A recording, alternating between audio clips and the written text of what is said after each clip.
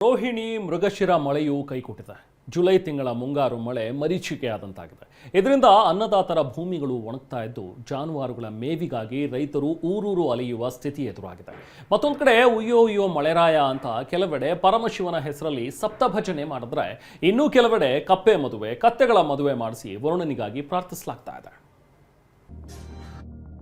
ಓಂ ನಮಃ ಶಿವಾಯ. ಮಳೆಗಾಗಿ 7 ದಿನ 7 ತಂಡ, ದಿನದ 24 ಗಂಟೆಯೂ ಭಜನೆ.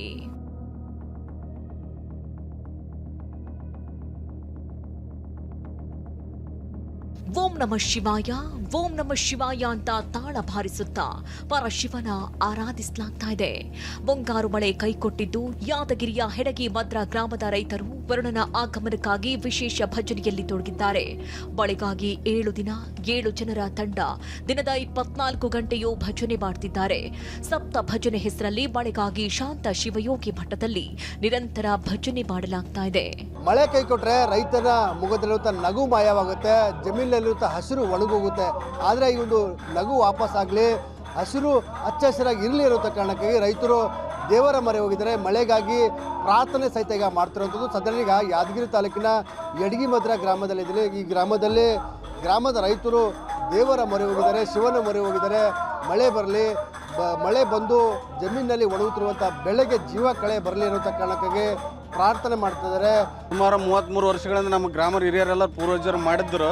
ಸಪ್ತ ಭಜನೆಗೆ ಅಂದರೆ 7 ಜನ ಮತ್ತು 7 ದಿನಗಳ ಪರ್ಯಂತರ ಶಿವನ ಧ್ಯಾನ ಮಾಡಿಕಂತ 7 ದಿನಗಳು ಮಾಡ್ತಾರೆ. ಅದು ಹಿಂದಕ್ಕೂ ಕೂಡ ಈ ಮಳೆಗಾಲ ಬರಗಾಲ ಆದ ಸಲುವಾಗಿ ಮಳೆ ಬಂದಿದ್ದಿಲ್ಲ. ಹಿಂದೂ ಕೂಡ ಇದೇ ರೀತಿ ನಮ್ಮ ಪೂರ್ವಜರು ಮಾಡಿದ್ರು. ಅವಾಗ ಮಳೆ ಬಂತು, 7 ದಿನ ಒಳಗಾಗಿ ಬಂತು. ನಾವು ಇಂದು ಮಂಗಳವಾರ ಅಮಾವಾಸ್ಯೆ ದಿನ ಚಾಲು ಮಾಡಿದ್ವಿ, ಮುಂದೆ ಸೋಮವಾರ ದಿನ ಮಂಗಳ ಮಾಡ್ತೀವಿ. ಅಷ್ಟರೊಳಗೆ ಮಳೆ ಬರುತ್ತೆ ಅಂತೇಳಿ ನಮ್ಮೆಲ್ಲರ ನಂಬಿಕೆ, ನಮ್ಮ ಗ್ರಾಮದವ್ರ ನಂಬಿಕೆ ಆಗಿದೆ. ತುಂಬಿದ ಕುಡದ ನೀರಿನಲ್ಲಿ 5 ದೇವರಿಗೆ ಜಲಾಭಿಷೇಕ. ಊರಿನ ಮಹಿಳೆಯರು ತಲೆ ಮೇಲೆ ತುಂಬಿದ ಕೊಡ ಹಿಡಿದು ಹೊರಟಿದ್ದಾರೆ. ತಮಟೆ ಸದ್ದಿಗೆ ಕೆಲವರು ಕುಣಿಯುತ್ತಾ ಪದ ಹಾಡುತ್ತಾ ಹೆಜ್ಜೆ ಹಾಕಿದ್ರು. ಮಳೆಗಾಗಿ ಬಾಲ್ಕಿ ತಾಲೂಕಿನ ಹಬ್ಬರ್ಗಾ ಗ್ರಾಮದಲ್ಲಿ ನಡೆದ ಪೂಜೆ ಇದು. ಗ್ರಾಮದ 5 ದೇವಸ್ಥಾನಕ್ಕೆ ತೆರಳಿ ತುಂಬಿದ ಕೊಡದ ನೀರಿನಿಂದ ಜಲಾಭಿಷೇಕ ಮಾಡಿ ಪ್ರಾರ್ಥಿಸಲಾಗಿದೆ.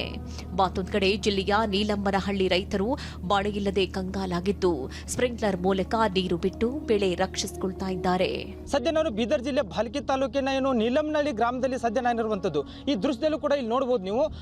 ಈಗಾಗಲೇ ಮಳೆಯ ಕೊರತೆ ಸಾಕಷ್ಟು ಪ್ರಮಾಣದಲ್ಲಿ ಆಗಿರೋದ್ರಿಂದಾಗಿ ಈ ಸಾಲ ಸೋಲ ಮಾಡಿ ಬಿತ್ತಿದ ಬೆಳೆ ಹೊಲದಲ್ಲೇ ಬಾಡ್ತಾ ಇದೆ. ಹೀಗಾಗಿ ರೈತರು ಕೂಡ ನೀರನ್ನು ಬಿಟ್ಕೊಂಡು, ಬೆಳೆಗೆ ನೀರನ್ನು ಬಿಟ್ಟುಕೊಂಡು ಬೆಳೆಯನ್ನು ಕಾಪಾಡುವಂತ ಕೆಲಸಕ್ಕೂ ಕೂಡ ಈಗ ರೈತರೇನು ಮುಂದಾಗಿರುವಂತದ್ದು. ಯಾಕೆಂದ್ರೆ ನೀರಿದ್ದ ರೈತರು ಮಾತ್ರ ಈಗಾಗಲೇ ಬೆಳೆಗೆ ಸ್ಪ್ರಿಂಕ್ಲರ್ ಮೂಲಕ ನೀರನ್ನು ಬಿಟ್ಟು ಬೆಳೆಯನ್ನು ಕಾಪಾಡ್ಕೊತಿದ್ದಾರೆ.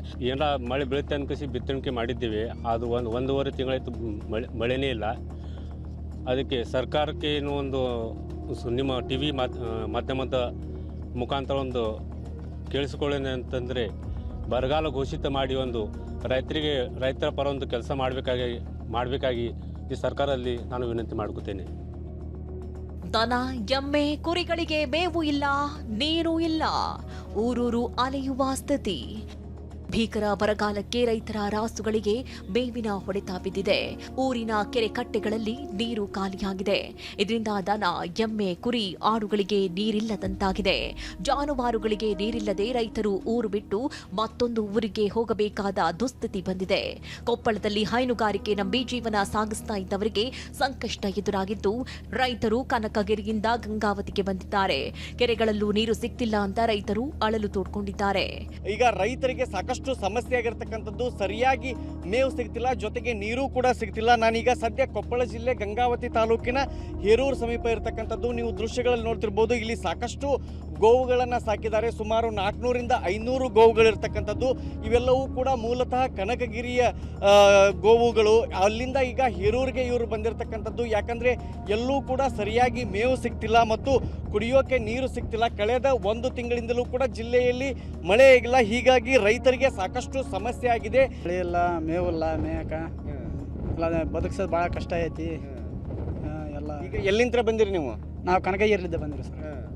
ಎಲ್ಲಿ ಇಲ್ಲ, ಎಲ್ಲಿ ಮೇವಲ್ರಿ ಸರ್, ಮೇಯಕ ಮೇವಿಲ್ಲ, ನೀರಿಲ್ಲ ಕುಡಿಯೋಕೆ ದನಗಳಿಗೆ. ಸದ್ಯಕ್ಕೆ ಮಳೆ ನಂಬಿ ಕೃಷಿ ಮಾಡುವ ಆಸೆ ಕನಸಾಗಿಯೇ ಉಳಿಯುವ ಸಾಧ್ಯತೆಗಳೇ ಹೆಚ್ಚಾಗಿದೆ. ಆದರೆ ಕುಡಿಯಲು ನೀರಿಲ್ಲದೆ ಜಾನುವಾರುಗಳನ್ನ ಕಾಪಾಡೋದು ಹೇಗೆ, ಬೇವಿಲ್ಲದೆ ರಾಸುಗಳನ್ನ ರಕ್ಷಿಸೋದು ಹೇಗೆ ಅನ್ನೋ ಪ್ರಶ್ನೆಗೆ ಉತ್ತರ ಸಿಗದೆ ರೈತರು ದಿಕ್ಕು ತೋಚದಂತಾಗಿದ್ದಾರೆ. Bureau report, TV9.